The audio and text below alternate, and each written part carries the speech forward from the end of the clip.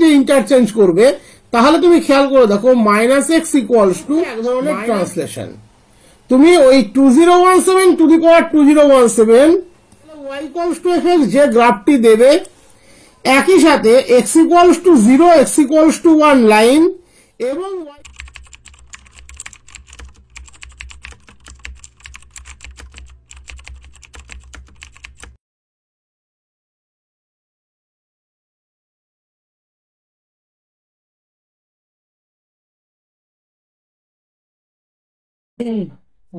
আজকের প্রথম প্রশ্ন বলছে if f from -1 to -12 closed interval fx equals to x by 1 plus x square, the area bounded by y equals to f inverse x, এইটা observe করার মতো জায়গা, x axis and x equals to half and x equals to -half is, চারটা option দেওয়া আছে। এইগুলো কিন্তু তোমাদের ক্যালকুলেশন অফ এরিয়ার ডিফারেন্ট টাইপ অফ প্রবলেম, একটু আলাদা ধরনের প্রবলেম, এগুলো একটু বুঝে করার মতো প্রবলেম এবং এগুলো আসার মতো প্রবলেম, কারণ যেহেতু কোশ্চেন যদি ভ্যারিয়েশন হয় এই ধরনের প্রশ্নই কিন্তু আসে। তা আমি প্রথমে একটু কার্ভটাকে তোমাদেরকে বুঝিয়ে দিতে চাই। y equals to f inverse x, তার মানে তুমি এভাবে ভাবতে পারো x equals to fy, fx যদি x by 1 plus x square হয়, definitely fy y by 1 plus y square হবে। এখানে তুমি x বা y অক্ষের সাপেক্ষে নয়, তুমি যদি খেয়াল করো যে তুমি x কে মাইনাস এক্স এবং একই সাথে y কে মাইনাস ওয়াই দিয়ে ইন্টারচেঞ্জ করবে, তাহলে তুমি খেয়াল করে দেখো minus x equals to minus y by 1 plus y square, that is x equals to একই স্ট্রাকচার থাকবে 1 plus y by 1 plus y square.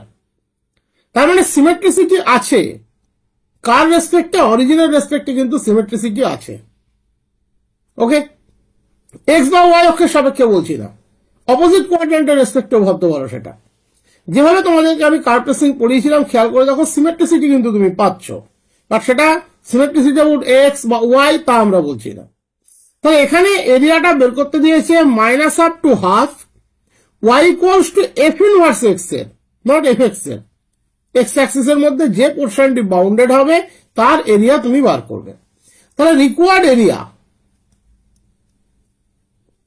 আমরা কি বলতে পারি, integration minus half to half y dx, y means এখানে কিন্তু F inverse x dx.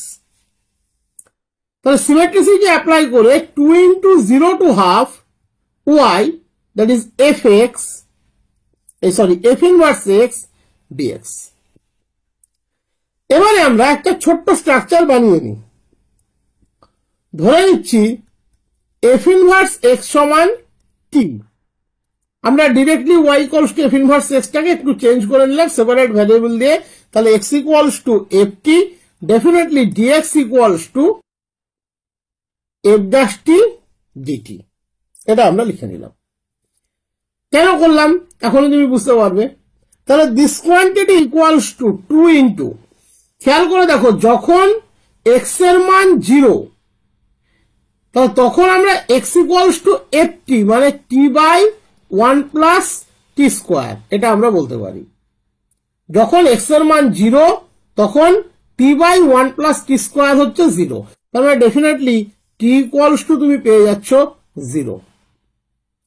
যখন x এর মান হাফ, তাহলে t by 1 plus t square that equals to half, তার মানে টি স্কোয়ার প্লাস 1 মাইনাস 2t 0, তাহলে t মাইনাস 1 তার স্কোয়ার 0, t ইকুয়ালস টু 1, তার মানে ইন্টিগ্রেশনের রেঞ্জটা হয়ে গেল 2 into integration 0 to 1 f inverse x, that is t dx f dash t dt, এটা আমরা বলতে পারি।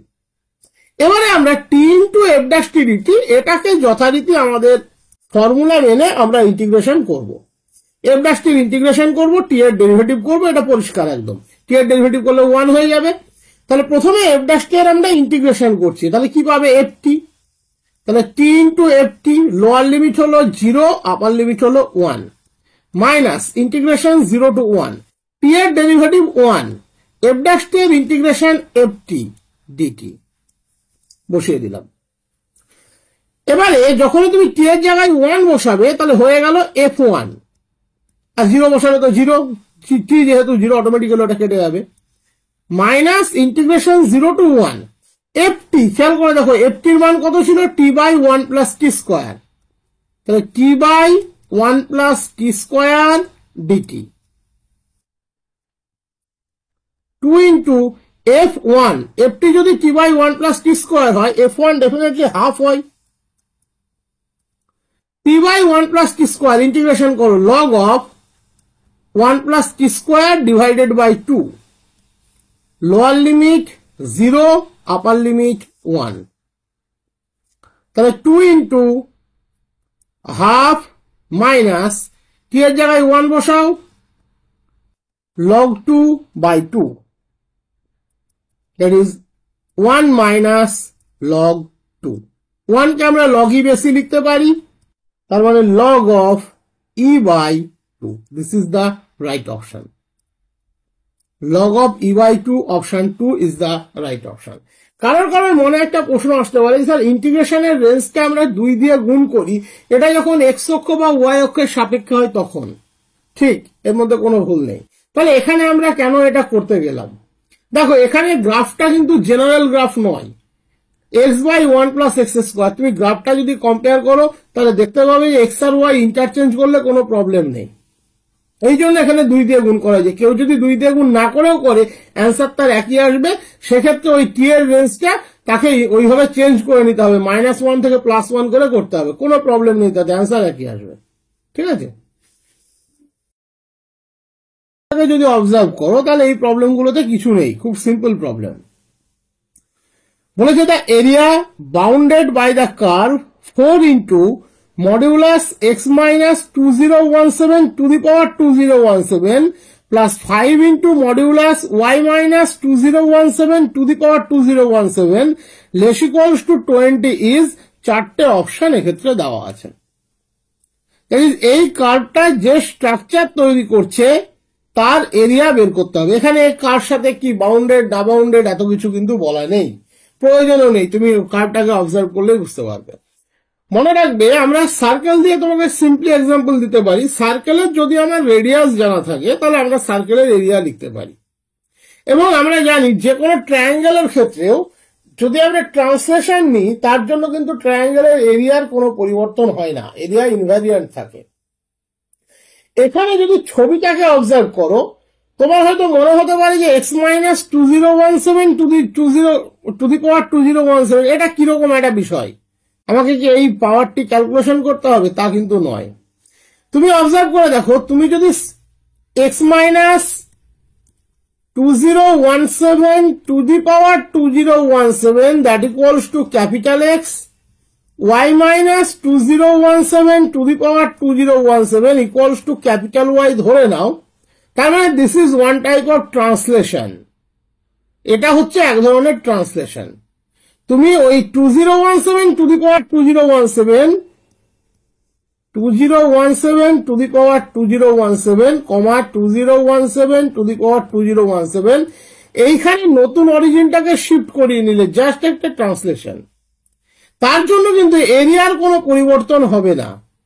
এবার যদি তুমি ছবিটা অবজার্ভ করো এই ট্রান্সলেশনের আন্ডারে, তার মানে কার্ভটা নিউ ফরম্যাটে চলে আসলো, 4 into mod x plus 5 into mod y, obviously in capital sense, less equals to 20। তার মানে এর এরিয়া যা হবে এর এরিয়া কিন্তু তাই হবে। Area of the given criteria structure is same as area of this structure. এবার এটা কি আইডেন্টিফাই করে খেয়াল করে দেখো, modulus capital X by 5 plus modulus capital Y divided by 4 that equals to 1। তাহলে 4টে ট্রায়াঙ্গেলের combination, this is the structure.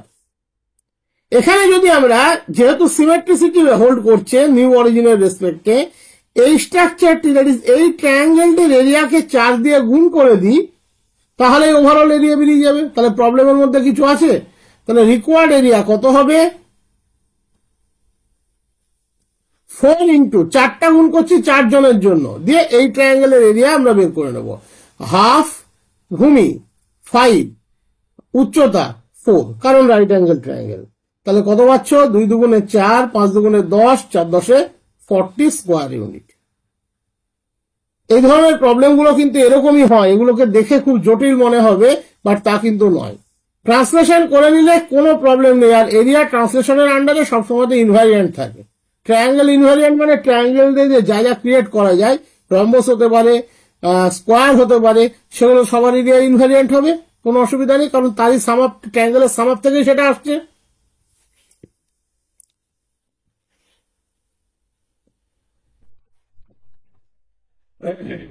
এবারের প্রবলেম বলেছে y equals to fx is a function which satisfies f0 equals to 0, f double dash x equals to f dash x, f dash 0 equals to 1. y equals to fx এই তিনটে কন্ডিশনকে satisfy করে। বলেছে the area bounded by the graph y equals to fx, that is এই তিনটে থেকে প্রথম কাজ হবে fx এর স্ট্রাকচারটাকে আমাদের বের করা।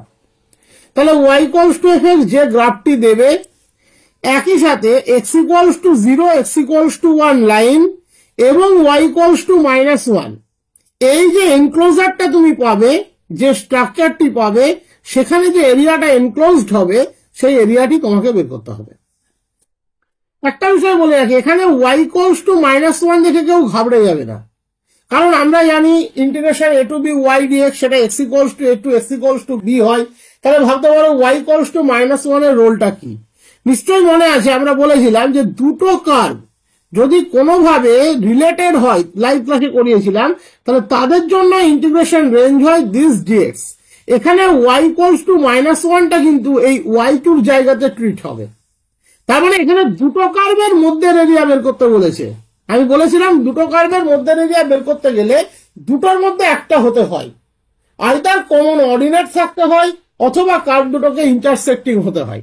এখানে তোমাকে দুটো কার্ভের মধ্যে এরিয়া বের করতে বলেছে, x equals to 0, x equals to 1 এবং y equals to fx, x equals to 0, x equals to 1 এবং y equals to -1, তার যে এরিয়া, এনক্লোজড এরিয়া, সেটা বের করতে বলেছে। তাই প্রথমে কেউ ঘাবড়ে যাবে না যে y equals to -1 এর এখানে রোলটা কি আছে, সেটা নিয়ে কিন্তু প্লিজ কেউ ঘাবড়ে যাবে না। তাহলে আমরা শুরু করি, দ্বিতীয় কন্ডিশনটা থেকে শুরু করছি। বলেছে f double dash x equals to f dash x, আমরা শুরু করছি এখান থেকে। তার মানে f double dash x by f dash x that equals to 1, তার মানে f double dash x মানে কি ddx of f dash x, তার মানে differential of f dash x divided by f dash x that equals to dx। Integrate করো, কি পাবে? f dash x equals to x plus c, give c definitely constant of integration IC। এবারে কি বলেছে? f0 0 R f dash 0 that equals to 1, f dash 0টা equals to 1।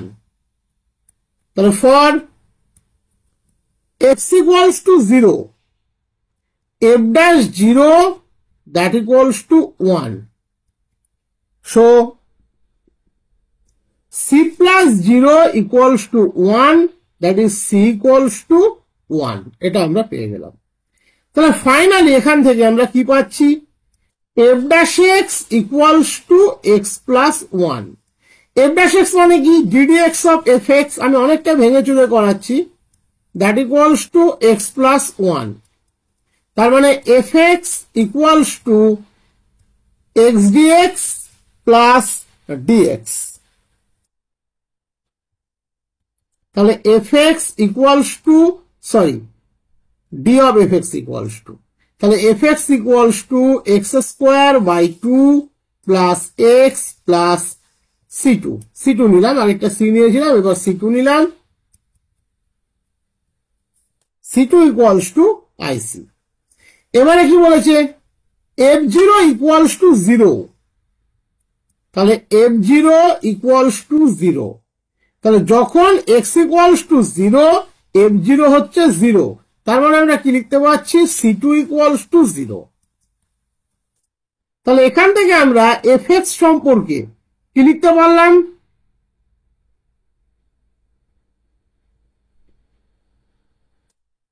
Just একটা জায়গা গন্ডগোল করে দিয়েছি,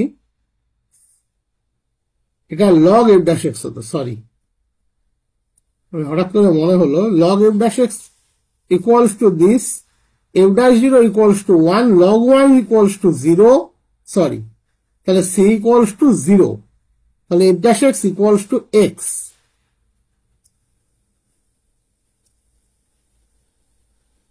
F dash x equals to x, f dash x equals to x নয়, log f dash x equals to x, লগটা বারবার miss করছি।